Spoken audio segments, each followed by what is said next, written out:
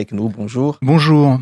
Alors, depuis le début de l'opération Wambushu, on assiste quotidiennement à des affrontements entre bandes de jeunes et forces de l'ordre après des violences sur des personnes, mais aussi sur des biens, etc. Incendies, démolition de maisons, de voitures.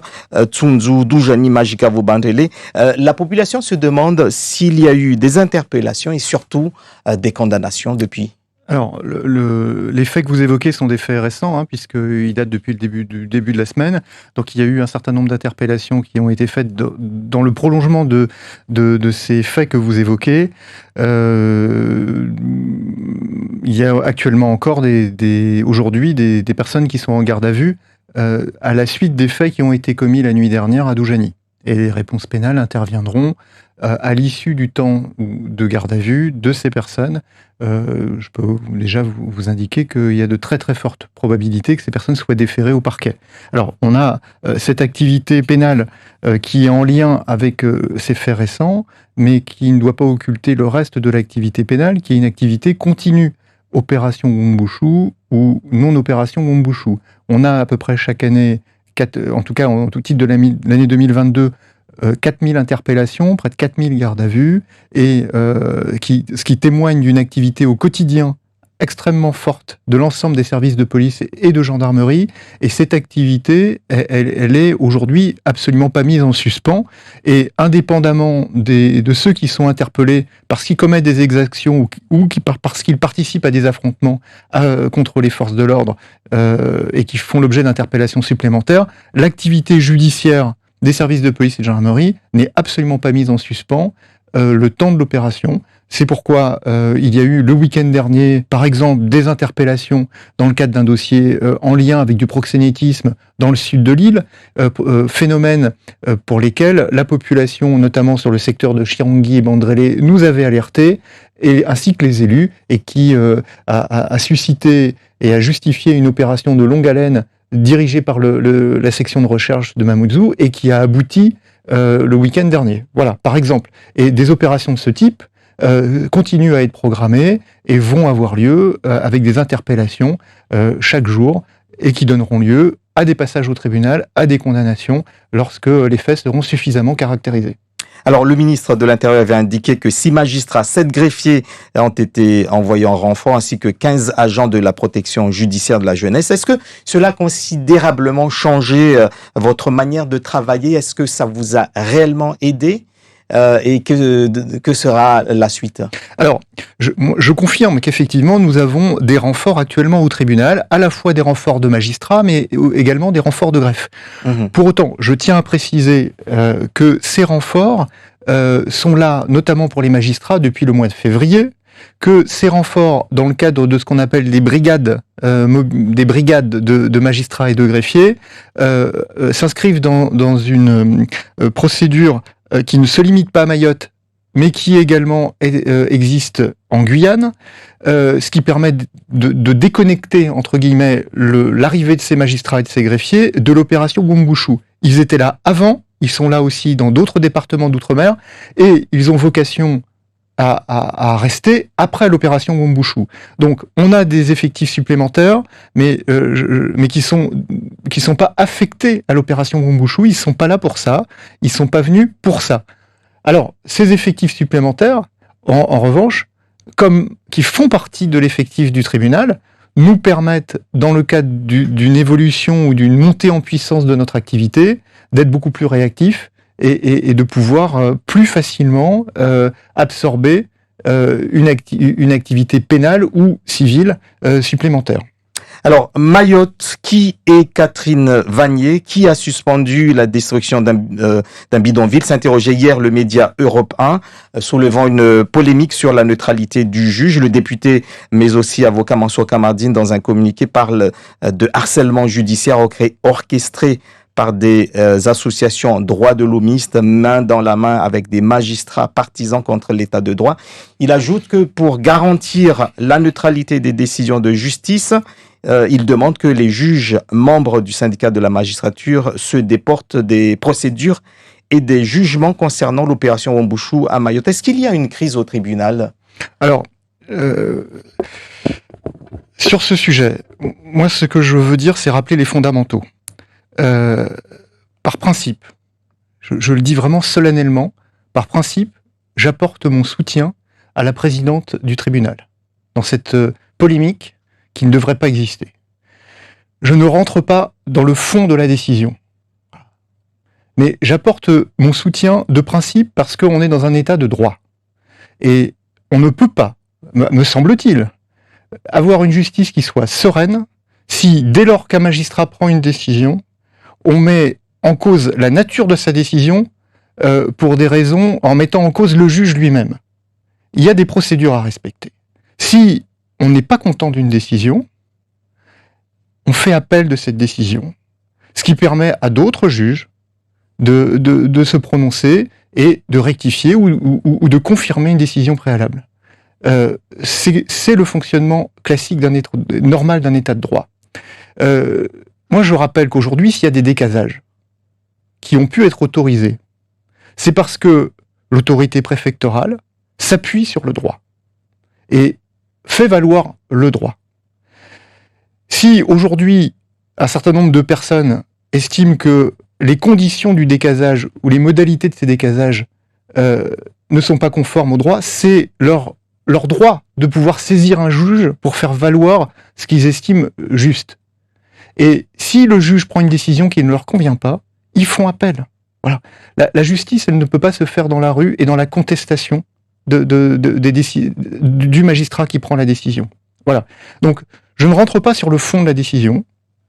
Ça sera à d'autres juges, s'il y a un appel, de se prononcer, d'infirmer ou de confirmer. En revanche, la justice ne peut travailler sereinement que dans le respect du droit et pas dans la mise en cause du juge.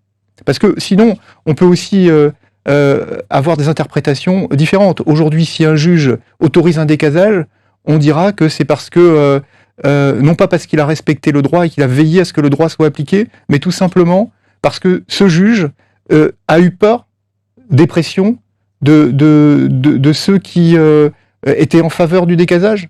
Et si un autre juge refuse le décasage, on dira que c'est parce qu'il a eu peur de l'autre bord. Je crois qu'il faut que la justice puisse travailler sereinement, sans que les juges individuellement soient mis en cause dans les décisions qu'ils prennent. Il faut respecter les procédures, et si on n'est pas content, on fait appel. Voilà. Alors, des élus et autres personnalités sont menacés. Certains ont même été attaqués. Un jeune qui avait proféré des menaces sur les réseaux sociaux a été condamné à des travaux d'intérêt généraux. Est-ce que la sanction vous semble à la hauteur de ces faits et dans ce contexte? Mais là encore, je le redis, le parquet, le rôle du procureur, c'est de constater des infractions avec les services de police et de gendarmerie. S'il estime que les infractions sont constituées, de choisir un mode de poursuite et de présenter ce dossier devant le tribunal qui prend sa décision.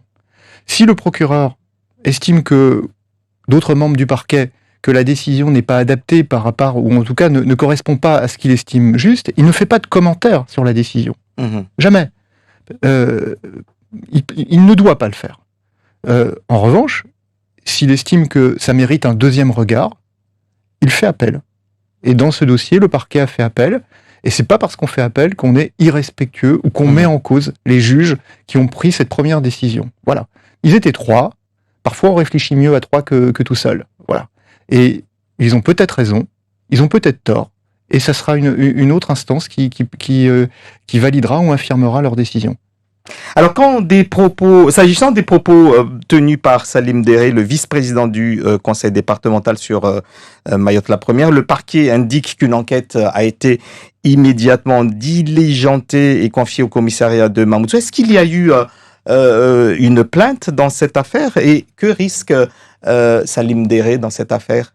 Alors, dès que les faits ont été portés à ma connaissance, indépendamment de toute plainte, une enquête a immédiatement été confiée au commissariat de Mamoudzou afin que soient récupérées auprès de votre confrère les bandes pour qu'on puisse avoir des éléments tangibles, mais même si, bien évidemment, tout le monde a pu entendre ou voir sur les réseaux sociaux, même a posteriori, les propos qui avaient été tenus. Donc, une enquête a été immédiatement diligentée, confiée au commissariat, vous l'avez dit, et Hier soir, j'ai reçu sur ma boîte mail une plainte de la Ligue des droits de l'homme, hier soir. Voilà. Donc, aujourd'hui, l'enquête est en cours. Monsieur Mdéré n'est pas sur le territoire mahorais, m'a-t-on dit. Il faut laisser aujourd'hui le temps de l'enquête qui, je pense, sera rapide. Mais dans un contexte comme ça, que risque-t-on lorsqu'on a de propos aussi durs, aussi maladroits dans un contexte comme ça, surtout qu'on n'est pas à l'abri de dérapages? Il y a plusieurs sanctions. La première des sanctions, bien évidemment, c'est de passer devant un tribunal, et c'est là encore le juge qui décidera de la sanction la plus adaptée, mais on encourt des peines d'emprisonnement, des amendes pour ce type de fait.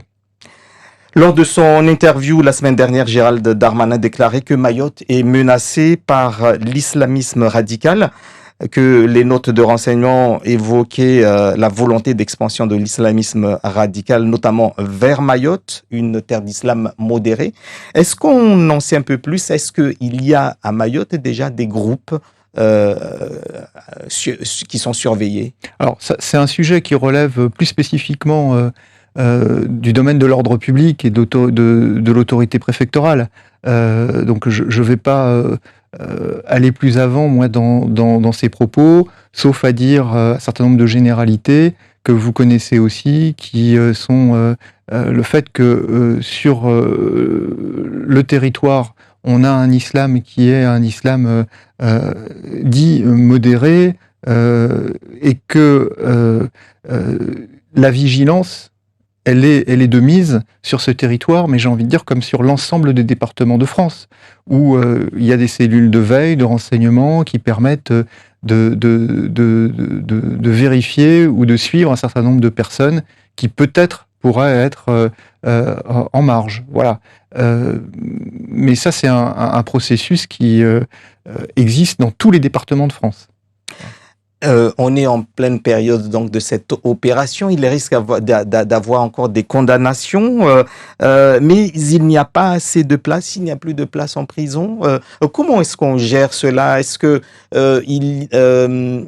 parfois il y a des personnes finalement qui ne sont pas envoyées en prison, alors que dans un contexte normal, avec une prison où il y aurait encore plus de place, on les aurait envoyés? Ou est-ce que il y a toujours une condamnation pour la prison? Je le répète et je le dis régulièrement lorsque je suis interrogé sur ce sujet, la politique pénale, la décision des juges est déconnectée d'une gestion pénitentiaire. Voilà. Aujourd'hui, dès lors que quelqu'un commet des faits graves qui justifient et méritent une incarcération et que cette peine est prononcée, les personnes sont incarcérées, et il appartient ensuite à l'administration pénitentiaire de trouver une solution, ce qu'elle fait de manière difficile compte tenu du contexte, mais qu'elle fait. Comment? Eh bien, en mettant des matelas au sol, ce qui n'est pas une solution, mais elle le fait. Aujourd'hui, il y a plus de 250 matelas au sol à la prison de Magicavo, ce qui montre bien qu'on n'est pas dans une gestion de quotas, finalement, du nombre de personnes incarcérées dans cette maison d'arrêt. Sinon, on n'aurait pas de matelas au sol. Et puis, il y a un travail de fond qui est fait par l'administration pénitentiaire pour faire partir à La Réunion, voire en métropole, un certain nombre de personnes qui sont définitivement condamnées. Enfin, j'ajoute que nous avons aujourd'hui un juge d'application des peines qui renforce son activité et qui multiplie ce que l'on appelle les aménagements de peine et qui permettent un certain nombre de personnes condamnées, dont on estime que la dangerosité nous permet d'éviter l'incarcération, de purger leur peine chez eux avec un bracelet électronique, par exemple, dans le cadre de ce qu'on appelle des DDSE. Donc ça, c'est un travail fort aussi qui est mené par le juge d'application des peines. Donc tout le monde essaye au tribunal de respecter cette ligne de conduite, qui est de dire on n'est pas des gestionnaires aujourd'hui de la détention. Si quelqu'un mérite d'aller en prison, eh bien il va en prison. En revanche, si cette incarcération n'est pas indispensable et qu'on a des solutions alternatives, on accompagne ces solutions alternatives. Annoncé par le garde des Sceaux pour Mayotte, quand sortira de terre la cité administrative qu'on attend ici? Alors, vous savez, à Mayotte, vous savez mieux que moi, entre l'annonce et l'émergence et l'inauguration du projet, il faut toujours un temps. Alors, selon les informations qui nous sont communiquées, la cité judiciaire pourrait être en état de fonctionnement dans les échéances qui nous sont données en 2028.